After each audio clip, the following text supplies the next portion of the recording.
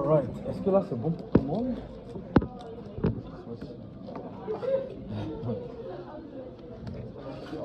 Alright. Ok, bienvenue à tout le monde dans notre exploration de Dieu partie, je ne sais pas, mais on est content d'être là. Wow. On est aussi content parce que c'est la fête de mon désir.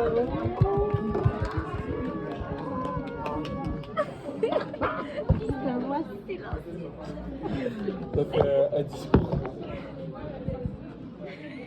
Rien à dire. Ok, donc comme vous pouvez le constater, mon désir n'est pas reconnaissant qu'on lui souhaite. Mais c'est correct parce que. C'est pas grave. Non, c'est correct. Hein? Ça filme. Oui, Hein? ça fait. Ça filme, c'est sur caméra. C'est toi. C'est toi? Donc, nous allons reprendre là où on l'avait laissé. De quoi avons-nous parlé la dernière fois? Tout le monde était là. Joseph, ouais. Moi, je te vois. J'étais là. On avait fini sur quoi? Joseph. Jacob. Il dit Jacob à chaque semaine alors qu'on l'a laissé, ça fait comme 2 mois. Oh, tu l'appelais Jacob? Oh oui, je l'appelle Ok, Jacob. je pensais que tu parlais. Non, Jacob, c'est. Ok. Je pensais que tu disais qu'on parlait de Jacob la dernière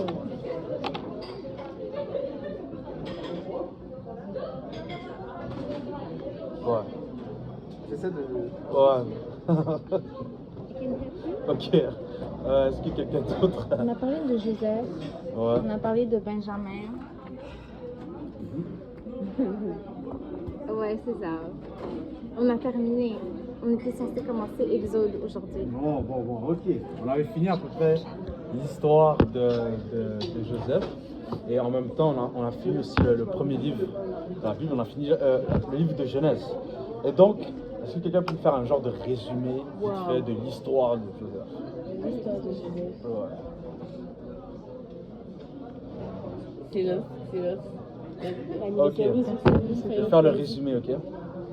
Donc, on avait vu que bon, Joseph, c'était le. On avait vu que bon, Joseph, c'était le fils de. Israël. Exactement, d'Israël, de Jacob. On a vu qu'il s'est fait vendre par ses frères parce que ses frères étaient jaloux et le haïssaient. Parce que Joseph avait des rêves et Joseph était le préféré de son père. Et on a vu que une fois vendu en esclavage en Égypte, salut Orsina, il a fini par être élevé dans la maison de Potiphar. Et une fois dans la maison de Potiphar, il s'est fait faussement accuser et s'est retrouvé en prison. Et en prison, il a aidé les chansons et le paletier. Du coup. Mais les chansons, après être sortis, il a oublié complètement pendant 2 ans. Et Pharaon, à son tour, lui, il a eu un rêve. Il a donné l'interprétation, comme quoi il y aurait eu 7 ans de famine, 7 ans d'abondance plutôt, après 7 ans de famine. Et c'est comme ça que Pharaon décide d'élever Joseph comme premier ministre, on va dire, du pays. Et il finit par retrouver ses frères. Et on a vu que il finit par pardonner ses frères. On avait vu en fait la dernière fois vraiment comment il était en train d'éprouver ses frères pour voir un peu si leur cœur, si leur attitude avait changé. Et puis on a fini par comprendre que ils ont quand même changé. Et son père meurt finalement. Et puis bon voilà, et ils s'installent tous en Égypte. Dans quelle région? La région de quoi? En Égypte. La région où quoi? En Égypte. C'est pas Shira. Ouais, Goshen. Donc ils s'installent à Goshen et puis ils s'installent à combien? Ils sont combien à déménager en Égypte de la maison de Jacob? 40, 70. Comme on l'avait dit, 70. 70, ouais, bon. Ils finissent par s'installer 70 dans la région de Goshen. Et puis c'est là où ils vont demeurer en Égypte. Et puis ça conclut un petit peu l'histoire de Joseph. Et on va juste reparcourir un peu l'histoire de Joseph brièvement en le mettant en parallèle avec la vie de Jésus. Parce que Joseph, comme plusieurs autres personnages qu'on a vus, est un type de Jésus, d'une quelconque manière. Et quand on étudie la Bible, en fait, même dans l'Ancien Testament, tu vois que Jésus, tu peux retrouver Jésus un peu partout, en fait. Et même dans la première leçon qu'on a fait, Jardin d'Éden, la semence de la femme, ça c'était Jésus, en fait, si on se rappelle bien. On se rappelle quand... T'es malade? Je te guéris. Et donc on voit Jésus un peu partout. On avait vu aussi l'épisode là où Dieu demande à Abraham de sacrifier son fils. On avait vu une grande similarité avec le sacrifice de Jésus, qui est le fils de Dieu dans le fond. Et quand Dieu dit, quand Abraham, sans peut-être le comprendre, dit à son fils Isaac, on voit que tout est préparé. Où est le sacrifice, où est l'animal pour le sacrifice? Abraham dit Dieu se prouvera lui-même. Et je ne sais pas s'il le savait dans le temps, mais c'est très prophétique parce que Dieu s'est littéralement donné lui-même et il s'est pourvu lui-même pour la rançon de l'humanité. Et quand tu vois la vie de Joseph, en fait, tu vois encore ce parallèle qui peut être fait entre les deux personnages. En fait, Joseph, c'est un type de Jésus. Est-ce que vous comprenez quand on dit type, la typologie? Non? Ok. Ce serait comme, comment je pourrais dire, l'image, on va dire. Voilà. L'image de Jésus-Christ. Donc, on pourrait prendre Joseph pour un peu illustrer la vie de Jésus dans un certain aspect. En fait. C'est un type de Jésus-Christ. Et c'est pas le seul. Parce que comme je dis, Jésus juste devant, derrière, autour de moi, que ça, Et c'est ça. Et on avait fait un peu cet exercice avec Isaac, mais faisons-le maintenant avec Joseph. Partons du début là. Quelle similarité vous voyez entre Joseph et Jésus-Christ? Leurs deux noms commencent par J. Ouais, on peut... Les deux sont des hommes. C'est des enfants spéciaux. Ouais. Ils aimaient ceux qui ne l'aimaient pas. Quoi? Ils aimaient ceux qui ne les aimaient pas. Ils Ouais. ont été rejetés Ouais. par les saints, les propres. Ouais. Steven, je sais pas si tu as un ajout. Il y a plein de choses. J'essaie de susciter la parole. Qu'est-ce qu'il dit, Jacob? Ah, ça me crame la carte.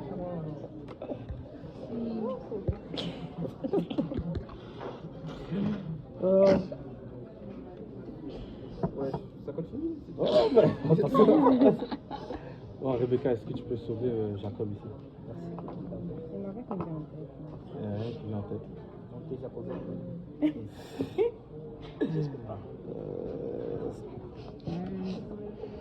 Les deux, on a cru qu'ils étaient morts. Ouais. C'est pas très pertinent, mais... Il n'y a pas de Jésus, c'était un peu... Non, mais les gens croyaient qu'il était mort, comme son père aussi, il pensait qu'il était mort. Non? Parce que Joseph, lui, il est vraiment pas mort. Alors que Jésus, lui, il est Jésus, mort. vraiment. Ouais, j'ai dit, les gens pensaient. Il était mort. Jésus, il est C'était pas juste une pensée. Il est ressuscité. Non, mais il y a des gens qui pensaient pas qu'il était ressuscité, genre directement. Mais il était toujours mort. Oh, toujours mort. dans ce sens-là. Mais les gens toujours qui pensent qu'il est toujours mort. C'est ça. Ouais. On peut dire que les deux dans leur vie ont vu l'accomplissement des... Wow, tu vois, ça c'est très bon. Bravo, Steven, avec une performance incroyable les dernières minutes. Et ouais, et donc vous avez dit plein de bonnes réponses. Et puis on va parcourir un petit peu et voir un peu le parallèle fait entre les deux. Mais déjà au début, ce que quelqu'un a déjà dit, c'est que les deux, c'était des enfants spéciaux. Parce qu'on est au pluriel et on parle français. Yeah. Donc spéciaux. Et en fait, c'était, même comme Isaac, c'était des enfants préférés, c'était des enfants favoris de leur père. Et on l'avait vu avec Isaac, mais Jésus-Christ aussi est appelé le fils bien-aimé, en fait. Et ça, on le retrouve dans Matthieu 3, 17.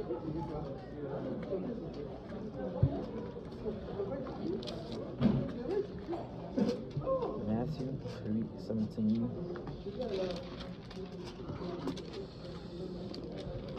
Ouais, alors lors de son baptême là. Alors, Et quelqu'un l'a trouvé? Ouais. Alors s'accomplit ce qui avait été annoncé par Jérémie le prophète. On a entendu des cris arabes. Matthieu 3, Oui, bien sûr. 17. Ah, excuse. de ce moment. C'était dans 2. Et voici une voix fit entendre des cieux ces paroles. Celui-ci est mon fils bien-aimé en qui j'ai mis toute mon affection. Oups, Ouais, sorry. donc celui-ci est mon fils bien-aimé en qui j'ai mis toute mon affection. Et dans le cadre de Joseph, ben, on avait vu qu'il était aussi aimé par son père. Donc Genèse 37, verset 3, Israël aimait Joseph plus que tous ses autres fils parce qu'il avait eu dans sa vieillesse et il lui fit une tunique de plusieurs couleurs. Et on voit que les deux étaient des fils bien-aimés en fait. Et on a vu aussi d'autres choses, c'est que quelque chose qui était un peu plus comme implicite, là, moins évident à voir, c'est que les deux ont été envoyés vers leurs frères. Parce que on se rappelle que juste avant que ses frères vendent Joseph, j'allais dire Dieu, Jacob a envoyé Joseph pour aller voir ses frères en fait. Et qu'est-ce que la Bible nous dit au sujet de Jésus-Christ? Que dans Matthieu 15, verset 24, bon, il y a plusieurs versets, mais ça c'est juste un entre autres.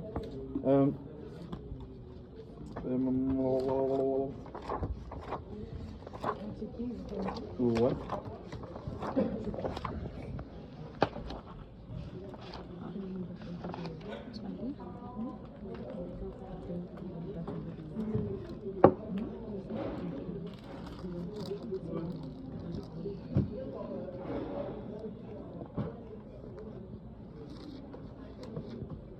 Ouais, il répondit, je n'ai été envoyé qu'aux brebis perdues de la maison d'Israël. En fait. Et on voit que Jésus-Christ est allé chez les siens. En fait.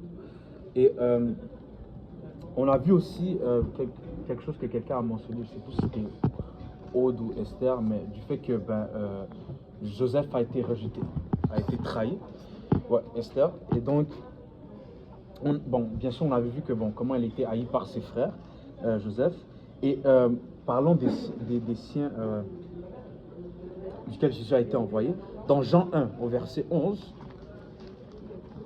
la Bible nous dit quelque chose que nous allons lire à l'instant lorsque j'atteindrai. Il est venu chez les siens et les siens ne l'ont point reçu. Et pour un peu de contexte, ici là, Jean parle de c'était la lumière. C'était en fait Jésus-Christ était la lumière du monde. Elle est venue chez les siens et les siens ne l'ont point reçu. Et Joseph a été trahi pour qui se rappelle c'était quoi la somme? $20 chacun. Ah. Les convertis. Non, dans la Bible. 120 deniers. Non, c'était pas en denier. Ouais, combien?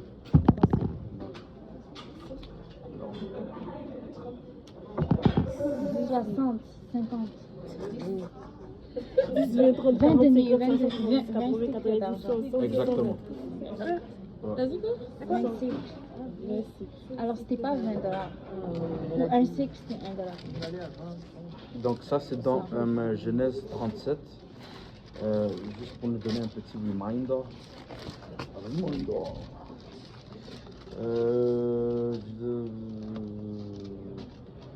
Ouais, 20 cycles d'argent, exactement.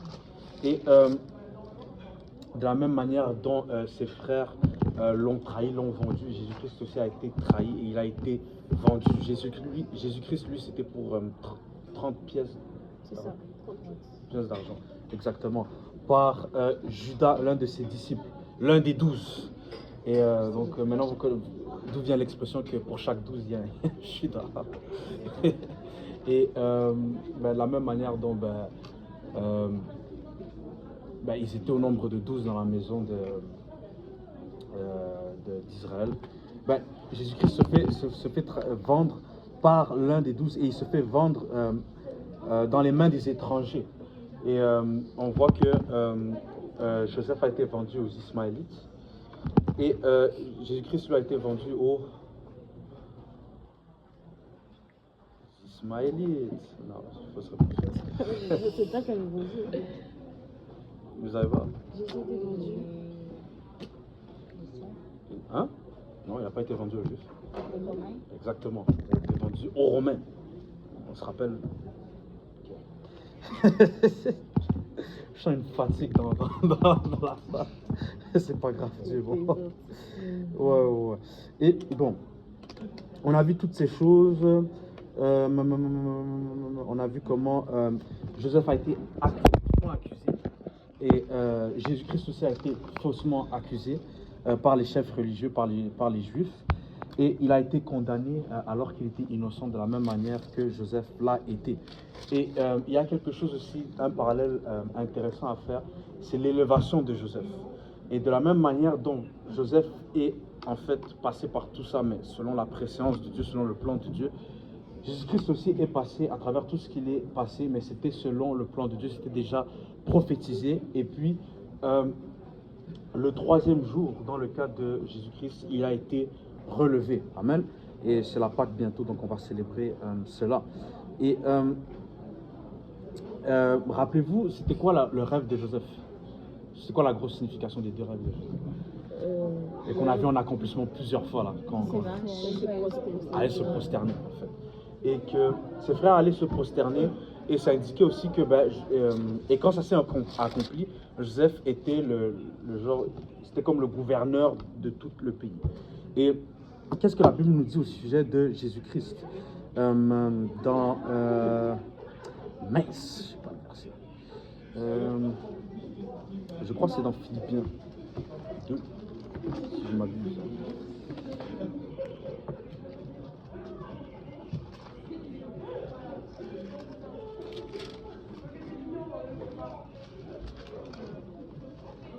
Que je réfléchisse. Ouais. Philippiens 2:10. Excellent. Vas-y, lis-le-moi. Tu peux lire à ouais. Verset 9. Du 9, c'est quoi? Ouais. À partir du 9. C'est pourquoi aussi Dieu l'a hautement élevé et lui a donné un nom qui est au-dessus de tout nom, afin qu'au nom de Jésus, tout ce qui est dans le ciel, sur la terre, sous la terre, fléchisse le genou. Et que toute langue confesse que Jésus-Christ est Seigneur, à la gloire de Dieu le Père. Amen. Et donc, tous les genoux fléchiront devant Jésus-Christ. De la même manière dont les frères de Joseph se sont prosternés maintes et une fois devant lui. Et de la même manière dont Joseph a été élevé, la Bible nous dit qu'il a été souverainement élevé. Et qu'il n'y a pas un nom au-dessus du nom de Jésus-Christ. Et vous voyez un peu comment Joseph, dans cet aspect-là, est vraiment un type de Jésus-Christ. Et durant tous les différents faits qu'on a mentionnés, ce qui aussi se démarque dans le personnage de Joseph, c'était un peu son attitude. Désolé. Et Joseph, c'était quelqu'un d'intègre, en fait. On voit que il a gardé ses principes du début jusqu'à la fin. Et de la même manière dont il avait des rêves et des aspirations de grandeur et d'élévation, on voit que durant tout son parcours, Joseph, c'était qu'un serviteur. Dans la maison de son père, c'était un serviteur. C'est Jacob qui l'a envoyé aller voir ses frères. Dans la maison de Potiphar, c'était un serviteur. Il servait son maître jusqu'à ce que son maître l'élève. Dans la prison, c'était un serviteur. Il servait les prisonniers dont il avait la charge, en fait. Et jusqu'à ce qu'il arrive à la royauté en Égypte. Et Jésus-Christ aussi, c'était ce roi serviteur, en fait. C'était, la Bible nous dit que, car en lui habite corporellement toute la plénitude de la divinité, en fait. Et toute la plénitude de Dieu habitait en lui. Pourtant, il a vécu sa vie comme un simple homme, dans la mesure où Jésus-Christ était humble. Jésus-Christ, sa mission, c'était premièrement vis-à-vis des autres. C'était pour nous servir, en fait. Pour nous servir. Il servait les gens durant son ministère, en fait, c'est ce que je veux dire. Et c'est une grande leçon d'humilité qu'on peut voir, non seulement dans la vie de Joseph, mais aussi dans la vie de Jésus-Christ. Et de la même manière dont Joseph incarnait un peu le caractère de Jésus-Christ, nous qui avons accès aussi à son esprit devons manifester ces traits-là, ces traits d'humilité, ces traits d'amour, ces traits de service en fait. Et c'est quand la dernière fois que vous avez rendu service à quelqu'un? Aujourd'hui. Aujourd'hui.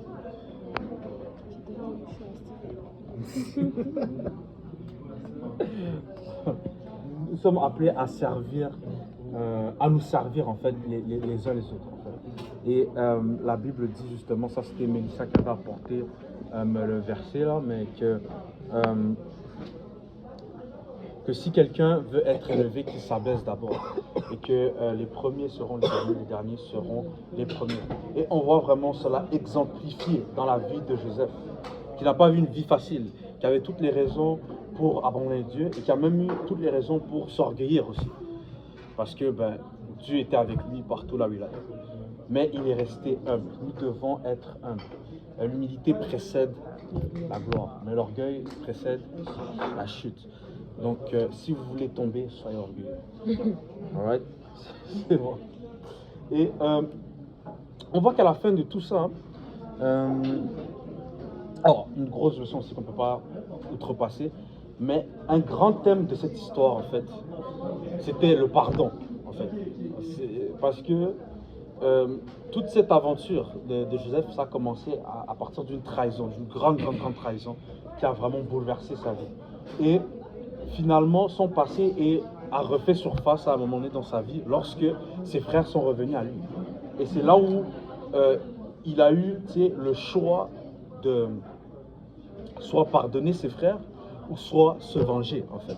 Et tout ça était une grande leçon de pardon, non seulement d'humilité mais aussi de pardon. Et qu'est-ce que la Bible dit? Qu'est-ce que vous savez que la Bible dit au sujet du pardon?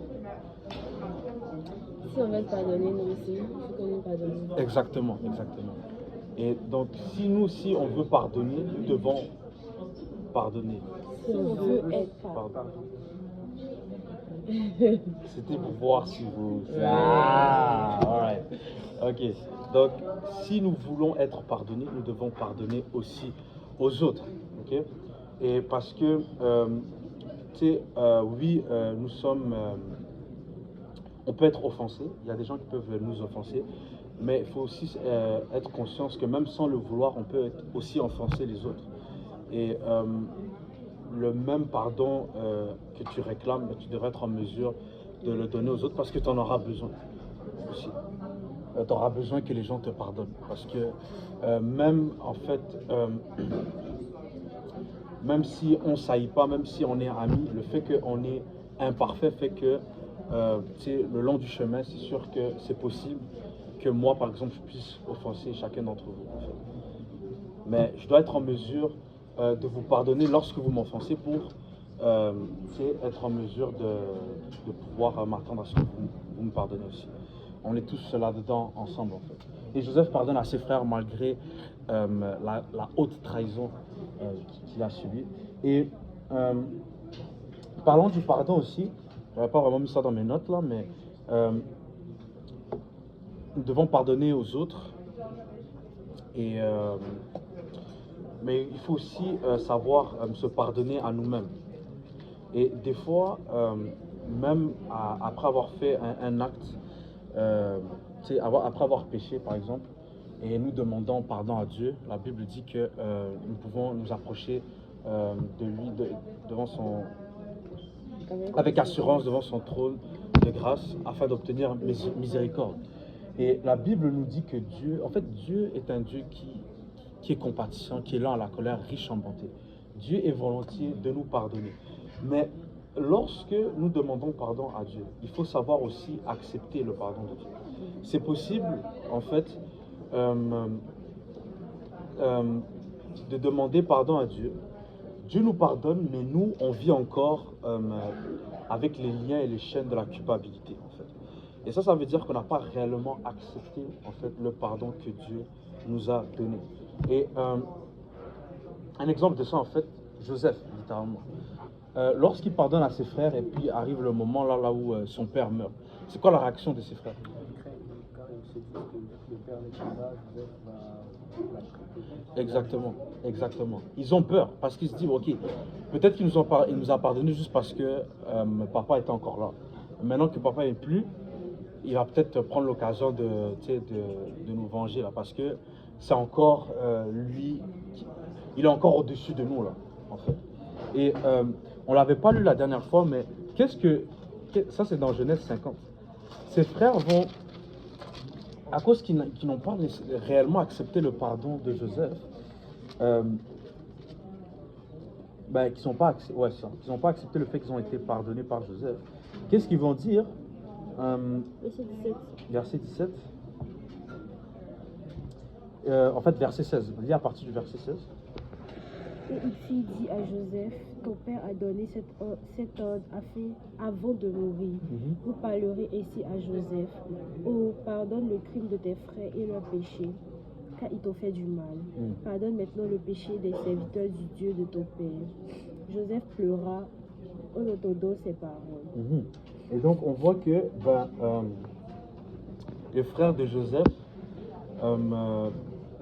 finalement, ils finissent par mentir encore. On a vu ça plusieurs fois depuis leur retrouvaille, mais ils essaient de cacher leur honte, cacher leur crime par des petits mensonges par-ci par-là. Mais on voit que Joseph n'avait même pas l'intention de garder rancune. Et c'est là où le fameux verset 20,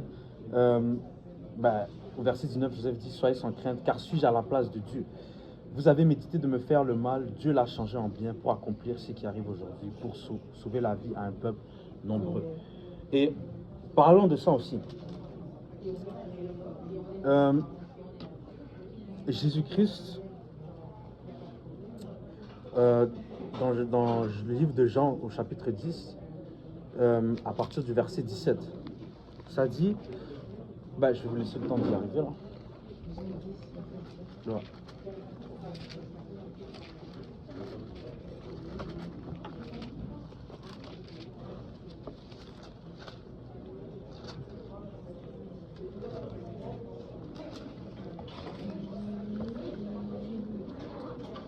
Celui qui l'a, je peux le dire. Père même, parce que je te donne ma vie, afin de me répondre. Ouais. Personne ne me l'ôte, mais je ne la donne de moi-même. J'ai le pouvoir de donner et j'ai le pouvoir de la prendre. Tel est l'ordre que j'ai reçu de mon Père. Et on voit ça plusieurs fois dans les évangiles, mais Jésus-Christ dit que personne ne lui ôte la vie, mais qu'il se livre lui-même, il la donne lui-même, parce que c'était la volonté de Dieu. Et au Genèse chapitre 45, lorsqu'il se révèle, Joseph se révèle à ses frères, il révèle son identité, et il dit, maintenant, 45 verset 5, maintenant ne vous affligez pas et ne soyez pas fâchés de m'avoir vendu pour être conduit ici, car c'est pour vous sauver la vie que Dieu m'a envoyé devant vous. Voilà 2 ans que la famine est dans le pays, et pendant 5 années encore, il n'y aura ni labour ni moisson. Dieu m'a envoyé devant vous pour vous faire subsister dans le pays et pour vous faire vivre par une grande délivrance. Le verset 8 dit, ce n'est donc pas vous qui m'avez envoyé ici, mais c'est Dieu. Il m'a établi père de Pharaon, maître de toute sa maison et gouverneur de tout le pays d'Égypte. Donc, ce n'est pas vous qui m'avez envoyé ici, mais c'est Dieu. De la même manière dont Jésus-Christ dit que ce n'est pas les Romains qui vont lui ôter la vie, mais c'est lui. Mais qu'est-ce que Joseph dit? Il dit c'est Dieu. Jésus-Christ est Dieu. Donc, et Jésus-Christ s'offre lui-même, il se livre lui-même en fait. Et ça c'est un parallèle non exhaustif entre la vie de Joseph et de Jésus-Christ. Mais si on retourne au point chronologique, là on s'était laissé, ils arrivent finalement en Égypte, dans le pays de Goshen. Et si on ouvre nos Bibles dans le livre d'Exode,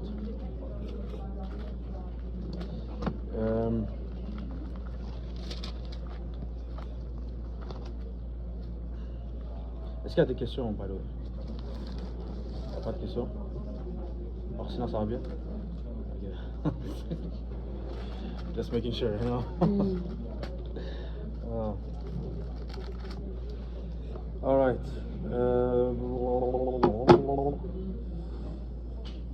Ok, on peut commencer à partir du verset 6. Et qui veut commencer là? Joseph mourut ainsi que tous ses frères et toute cette génération-là. Les enfants d'Israël furent féconds et multiplièrent. Ils s'accrurent et devinrent de plus en plus puissants. Et le pays en fut rempli. Il s'éleva sur l'Égypte un nouveau roi qui n'avait point connu Joseph. Il dit à son peuple, voilà les enfants d'Israël qui forment un peuple plus nombreux et plus puissant que nous. Allons, montrons-nous habiles à son égard, empêchons qu'il ne s'accroisse et que, s'il survienne une guerre, il ne se joigne à nos ennemis pour nous combattre et sortir ensuite du pays. Ils établirent donc celui des chefs de corvée pour l'accabler par leurs travaux, et il bâtit pour Pharaon des villes de munitions, Python et Ramsès.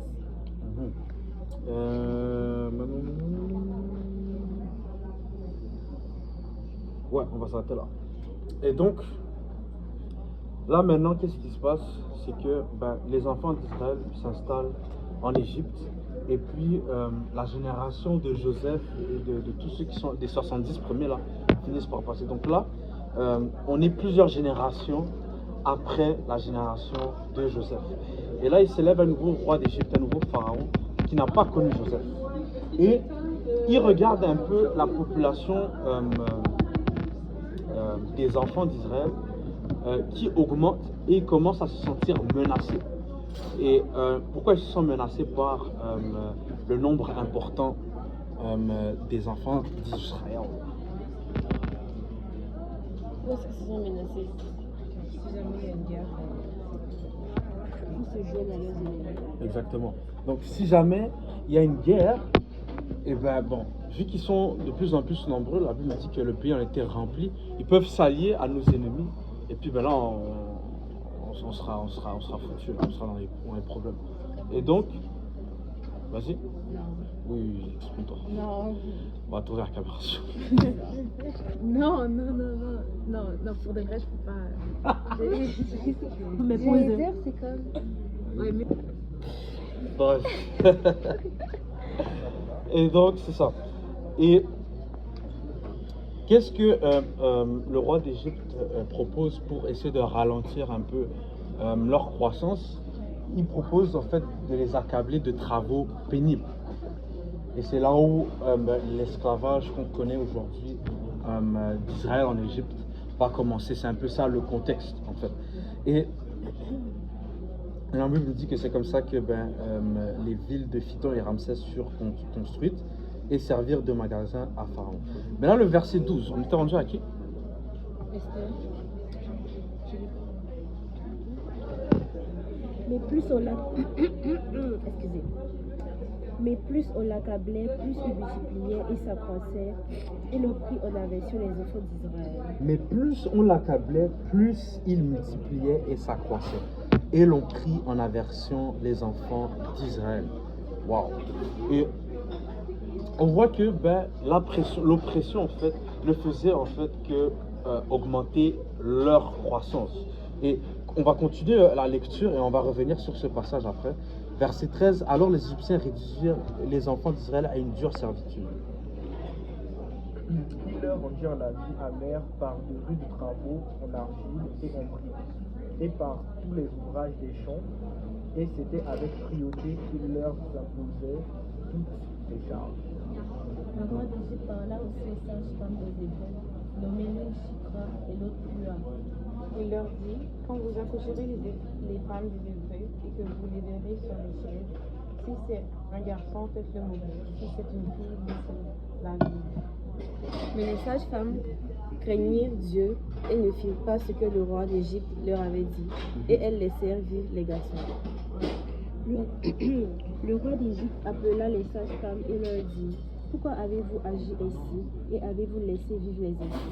Les sages-femmes répondirent à Pharaon, ce n'est que les femmes des Hébreux ne sont pas comme les Égyptiennes. Elles sont vigoureuses et elles accouchent avant l'arrivée de la sage-femme.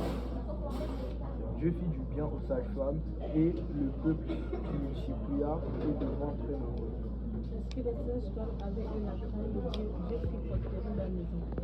Alors Pharaon donna cet ordre à toute son peuple. Vous jeterez dans le cœur tout garçon qui naîtra et voulait se réduire aux petites filles. Wow. Et ça conclut le premier chapitre. Et donc, on voit que Pharaon a pour but vraiment de réduire la croissance en fait du peuple d'Israël en Égypte. Et pour ce faire, il va user de travaux forcés et des travaux pénibles en fait. La Bible nous dit que c'était avec cruauté qu'ils imposaient toutes ces charges. Et la première chose d'intéressante à noter, c'est que le plus on les accablait, le plus ils se multipliaient et s'accroissaient. Et ça m'a fait penser à une analogie en fait. Ça m'a fait penser à un ressort. Est-ce que tout le monde sait ce que c'est un ressort? Et tu remarques que plus tu compresses un ressort, en fait, plus il va rebondir plus haut. En fait. Et c'est un peu ça que je voyais avec le peuple d'Israël dans ce temps-là, c'est que l'oppression qu'ils subissaient, ça faisait juste accumuler leur force, en fait. Et de plus en plus on les accablait, de plus en plus, ils rebondissaient en puissance, en fait. Et ça faisait juste empirer, en fait, le sentiment de menace du Pharaon. Et donc, de la même manière que le peuple était écrasé par l'oppression, il ne faiblissait pas, il grandissait, se fortifiait et se multipliait. Et ça me rappelle ce que Joseph a dit tout à l'heure, il y a quelques générations. Vous avez hésité de me faire du mal, Dieu l'a changé en bien. Et on voit ici que le mal qu'on essaye de faire aux enfants de Dieu, Dieu le change en bien, en fait. C'est pour ça que c'est important de connaître un peu son identité en Christ. Parce que si Dieu est pour nous, qui sera contre nous, en fait? Et parce qu'ils étaient avec Dieu, parce que c'était les choisis de Dieu, parce qu'ils héritaient de cette promesse qui a été faite à Abraham, Isaac et Jacob, quelque chose que Dieu avait dit à Abraham il y a longtemps, là. Est-ce que vous vous rappelez? Qui pourrait être pertinent pour le fait qu'on les accable et ça ne marche pas.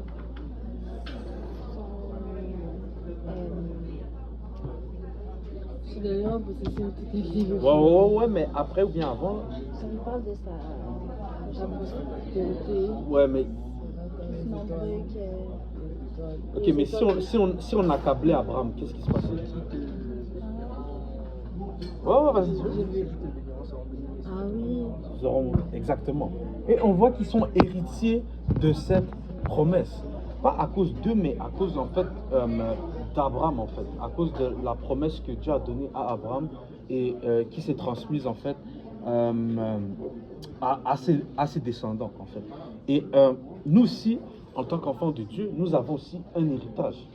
Et la Bible nous dit au livre de Luc 10-19, voici, je vous ai donné le pouvoir de marcher sur les serpents et les scorpions et sur toute la puissance de l'ennemi, et rien ne pourra vous nuire. Et ça, c'est Jésus qui parle en fait et qui dit qu'il nous a donné à nous le pouvoir. Et Jean 1, verset 12 nous dit que, mais à ceux qui l'ont reçu, rappelez-vous la lumière là qui n'a pas été reçue par les siens, de Jésus là je parle, mais à tous ceux qui ont reçu, la lumière du monde, et à ceux qui croient en son nom, elle a donné le pouvoir de devenir enfants de Dieu, lesquels sont nés non du sang, ni de la volonté de la chair, ni de la volonté de l'homme, mais de Dieu. Et donc, si nous sommes en Christ, nous sommes des enfants de Dieu, nous avons accès à cet héritage-là. Et parlant d'héritage, Ésaïe chapitre 54, verset 17, on dit que Jean 1, 12, 13.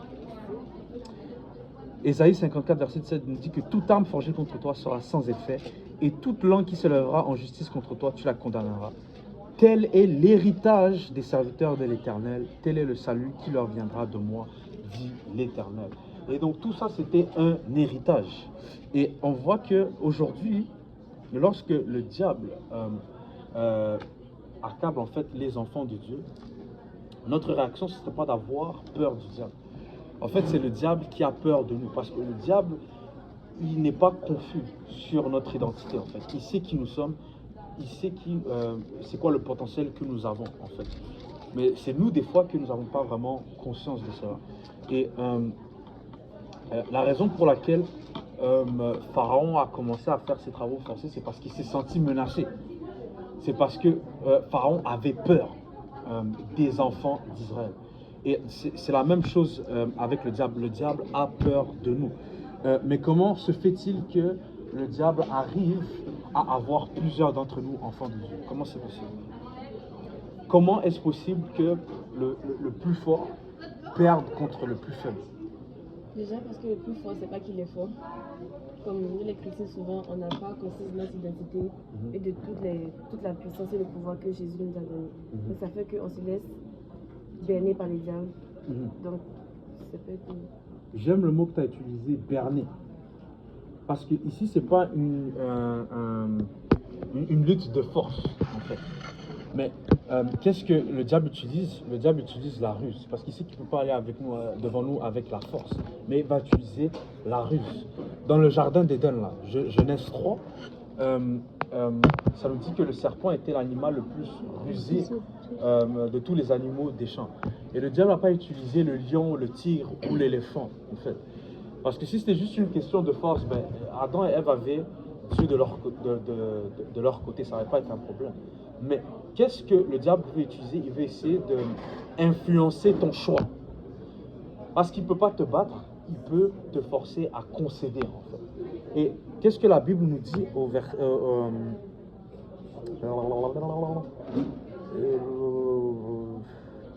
Qu'est-ce que la Bible nous dit quelque part dans la Bible? Ça nous dit, ne laissez pas accès au diable, en fait. Ne laissez pas accès au diable. Et vous savez,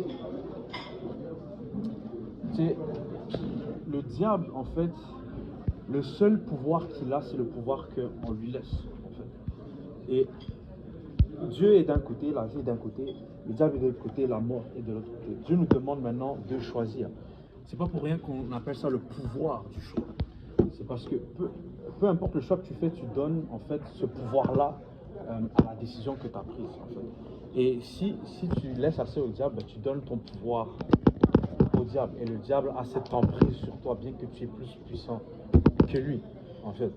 Et remarquez aussi que David, il a vaincu Goliath. Mais sa chute, c'est à cause qu'il a laissé accès à l'impudicité dans sa vie. Et c'est ce qui a créé la chute de ce grand roi avec tous les exploits qu'il a fait. Et il a fini par commettre l'adultère, le meurtre, et sa maison a été maudite. Et il y a eu toutes sortes de tragédies en fait. Et c'était pas à cause du grand Goliath qui était devant lui. C'était contre toutes les petites choses qu'il a laissé s'infiltrer en fait. Et le diable va littéralement justement utiliser cette ruse-là contre nous. C'est pour ça que nous devons vraiment être prudents sur tout ce que nous laissons accès dans nos vies. Que ce soit ce que nous entendons, ce que nous écoutons, ce que nous regardons. Tout ça, c'est des portes d'accès en fait. La Bible dit que nos yeux sont la fenêtre de nos âmes, exactement. Et la Bible aussi nous dit que la foi vient de ce que l'on entend. En fait. Et le diable va essayer de t'avoir par des paroles. Le diable va essayer de t'avoir par des images. Et lorsque le diable a essayé de tenter Jésus-Christ, c'était une conversation, c'était pas une bagarre. Il aurait perdu contre Jésus-Christ, ça c'est sûr. C'était par des conversations. C'était pas essayer de mettre quelque chose d'autre dans ses oreilles. C'était aussi par ce qu'il pouvait voir. Il lui a montré les royaumes et les richesses et les gloires de ce monde. Et tout ça, ça rentre dans les trois convoitises. Convoitise de la vue. Convoitise de... Hein? De quoi? L'eau? Nuit? Nuit. Orgueil de la vie. Convoitise de la chair, exactement. Et c'est ça.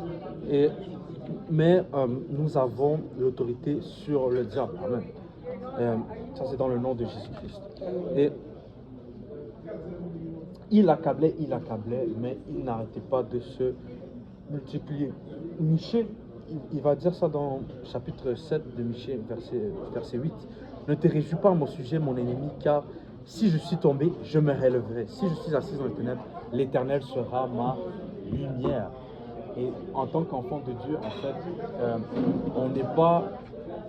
c'est sûr qu'on ne va pas être toujours parfait. Il se peut qu'on tombe, mais parce que nous avons l'Éternel comme notre lumière, nous pouvons nous relever. De la même manière dont ils oppressaient le peuple de Dieu, le peuple de Dieu finissait toujours par se relever et se multiplier. Et dans la deuxième portion que nous avons lue, le roi d'Égypte essaie d'utiliser une autre technique. Quelle était cette technique pour Akab, Tuer tous les garçons, les enfants. Bah, au début, c'était pas les garçons. Est-ce que c'était les garçons? D'accord. Ah ouais, non, ça c'est toujours été les garçons. Mais au début, c'était quoi? De faire mourir les enfants mâles. Comment? Les tuer. Non. Exactement.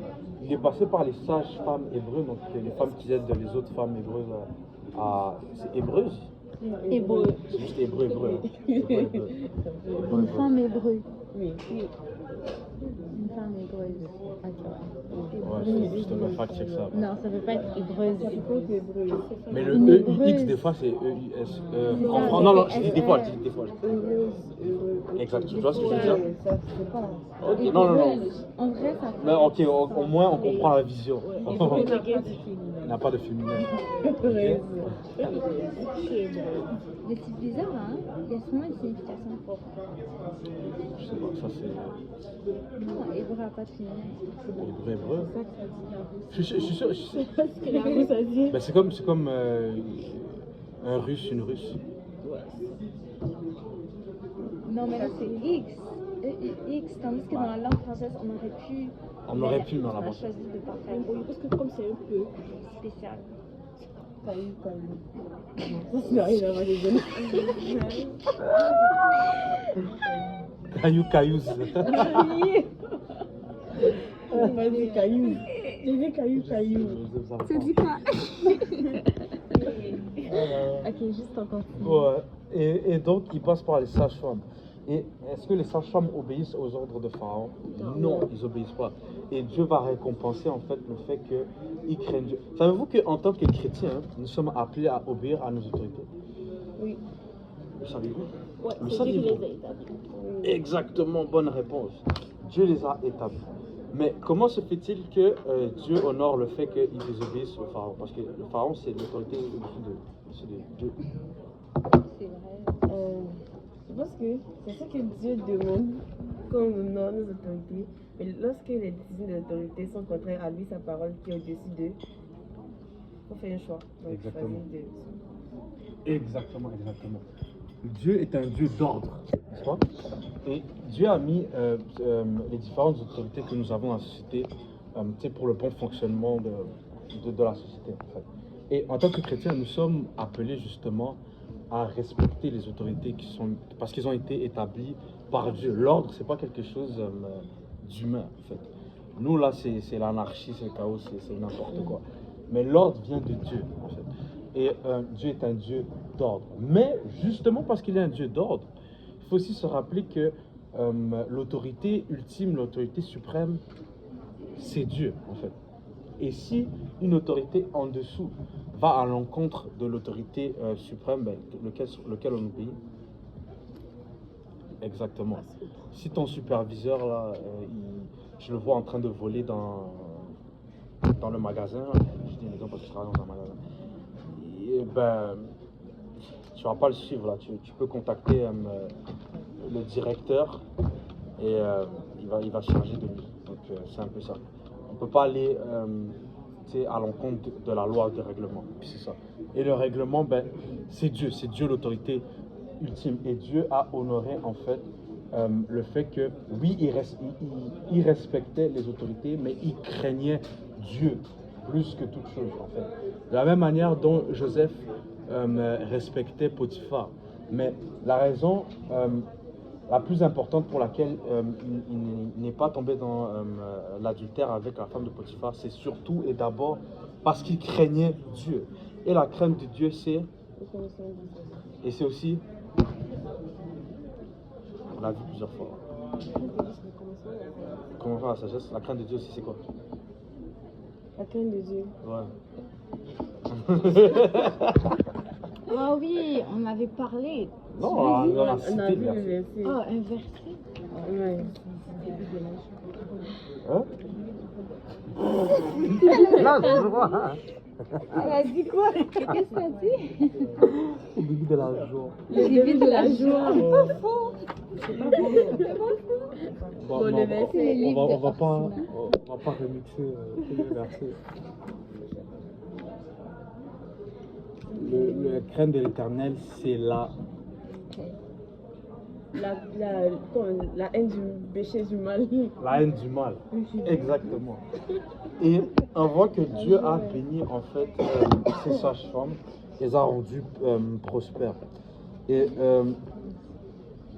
après la désobéissance des sages-femmes au pharaon, ben, Pharaon finalement, c'est quoi son dernier recours? Ouais, ça a toujours été. Exactement. Donc il passe plus par les sages-femmes, mais il va lui-même dire écoutez, aller directement dans la maison et jeter les enfants dans le Nil. Et ça, en fait, ça ressemblerait un peu à une version comme ancienne de ce que nous avons aujourd'hui comme étant l'avortement, si vous pouvez me permettre de visualiser ainsi. Mais ils prennent les enfants et ils les jettent, ils les tuent. Et on va voir aussi beaucoup de peuples qui avaient comme pour coutume les sacrifices humains, mais pour l'instant on s'en tient à ça. Et c'est dans ce contexte,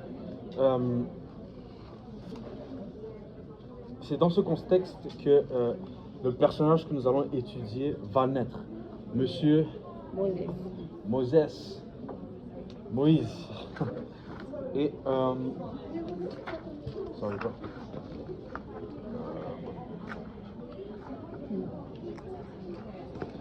Donc c'est pas un contexte de paix et de commencement de la joie, mais l'esclavage et puis les enfants qui sont jetés au Nil. Et donc on voit que au début de la dernière session on a commencé là, et là on s'apprête à finir le dernier arc du troisième volet, de la troisième saison. Alors, on regarde notre terminologie de série. Là. Donc saison 3, mais le dernier arc, l'arc Moïse. Et là on vient de faire le prologue. Est-ce qu'il y a des questions?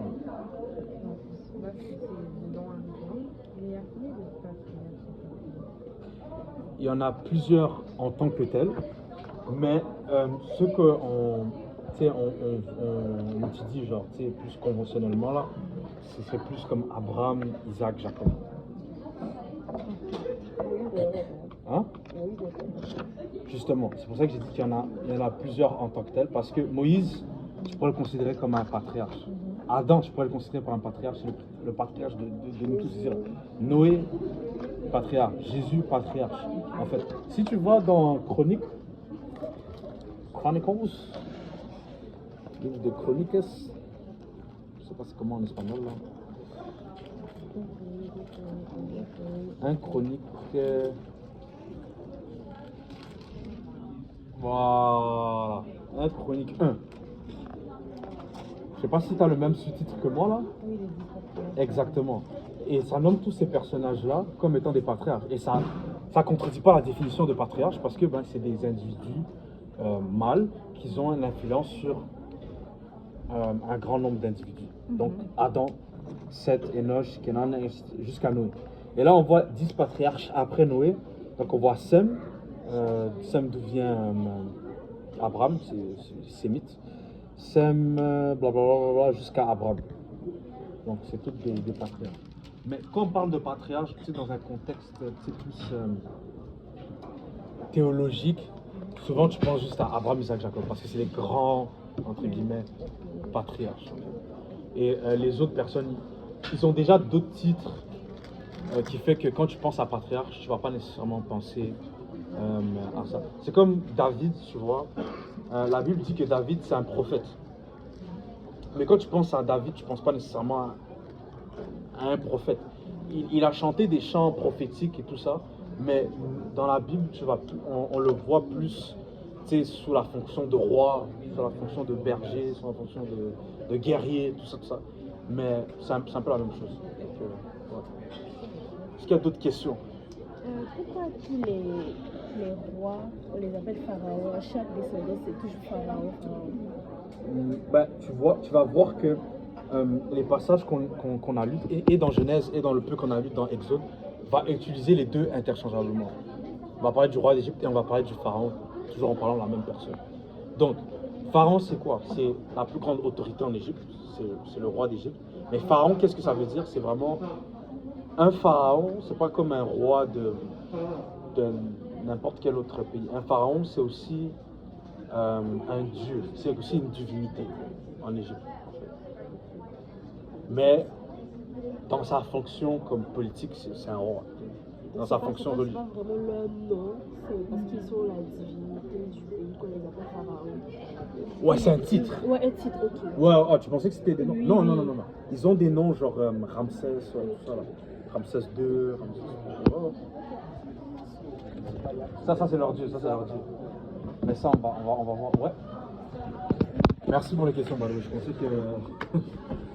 Justement, parlant du changement de nom, Ouais. on voit à plusieurs reprises que le Seigneur continue d'appeler Jacob, Israël Jacob. Mhm. Quand il a changé son nom. Il avait changé son nom quand il a lutté avec l'ange.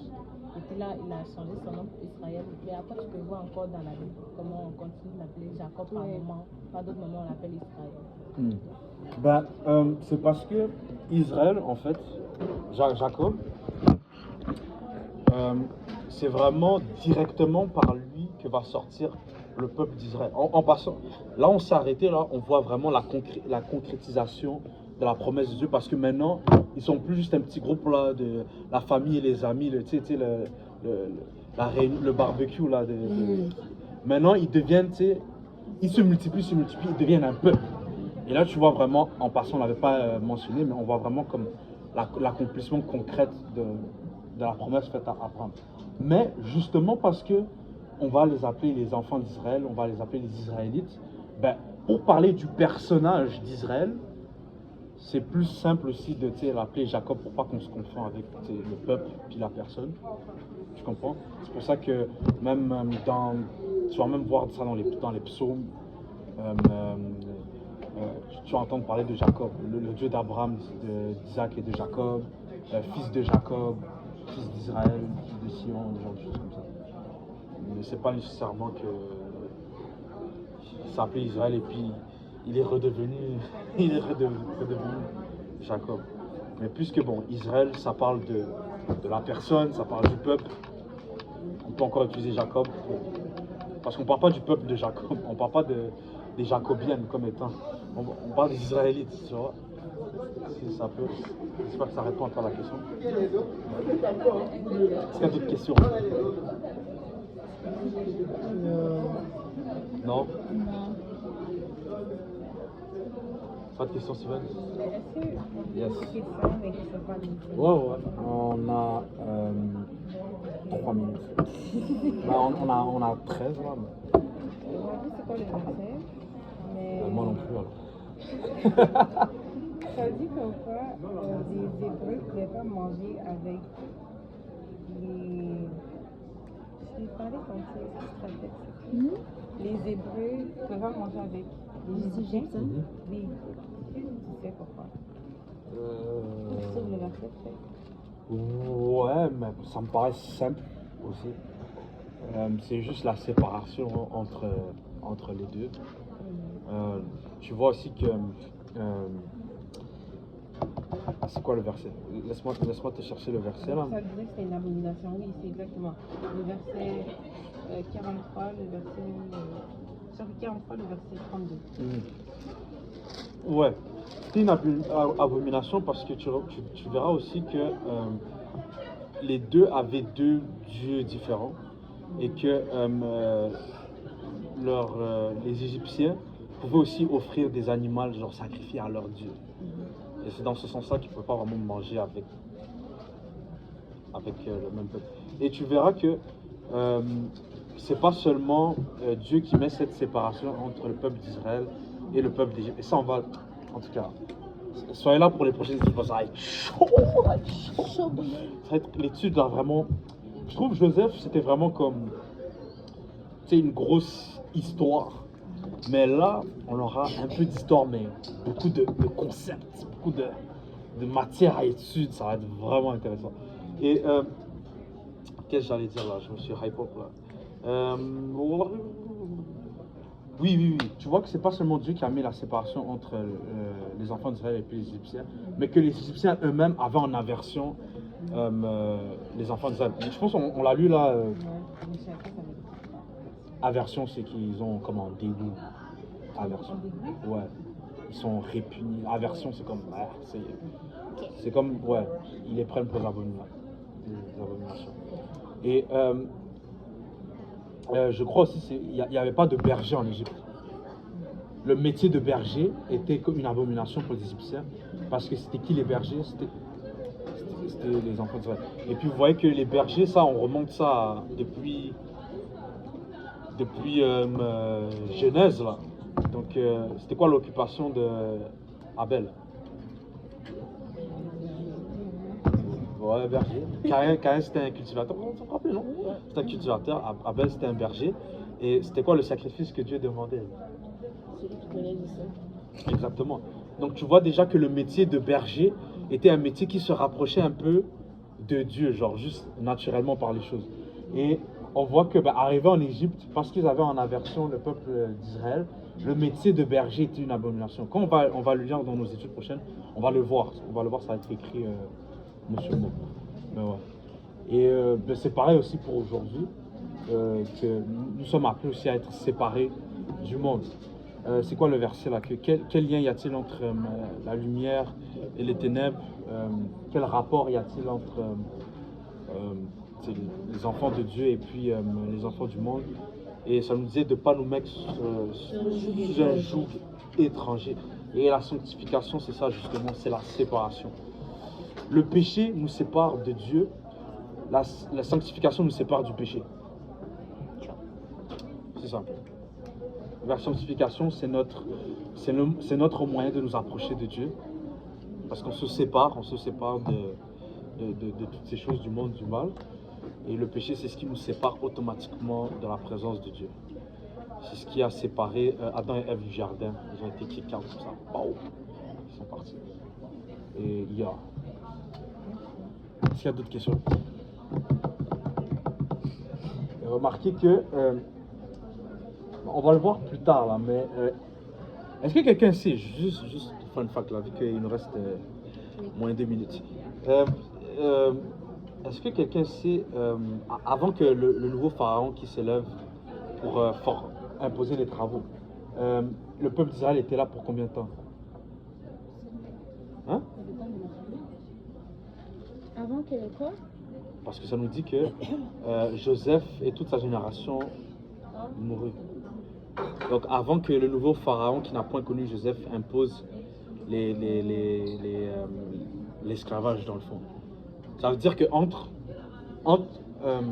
l'arrivée de la famille de Joseph et l'esclavage, le peuple d'Israël était en Égypte pour combien de temps? Est-ce que quelqu'un sait? Quelqu'un dit mieux, quelqu'un dit... Je vais guess 30 ans. 30 ans. 30 ans, je pense pas que c'est assez pour que toute la génération de Joseph passe. 400 ans. 4 générations. Ah ben oui. Et donc, ils sont restés là beaucoup plus longtemps que Dieu a dit. Ouh, on a lu il y a longtemps. Vous savez, on a lu là il y a quelques semaines quand on parlait d'Abraham. Et c'est différent comme... est-ce que instance, ça se dit en français? Ok. C'est différent d'instance là où Dieu parle à Abraham. Instant, mais c'est pas comme ça, le parfait. Ça va dire ça. C'est des La langue de Molière. Donc, on voit à différents moments là où Dieu parle à Abraham. Il y a un moment là où Dieu en fait va littéralement lui dire que, tu sais, en parlant de sa postérité, tu sais, on se rappelle, il répétait toujours la même promesse à Abraham. Chaque fois il le voyait, il lui disait, même à Jacob. Et il va aussi lui dire que un jour, ta descendance va se retrouver dans un pays étranger. Quelqu'un peut me retrouver ce verset? C'est quoi? Et ils seront...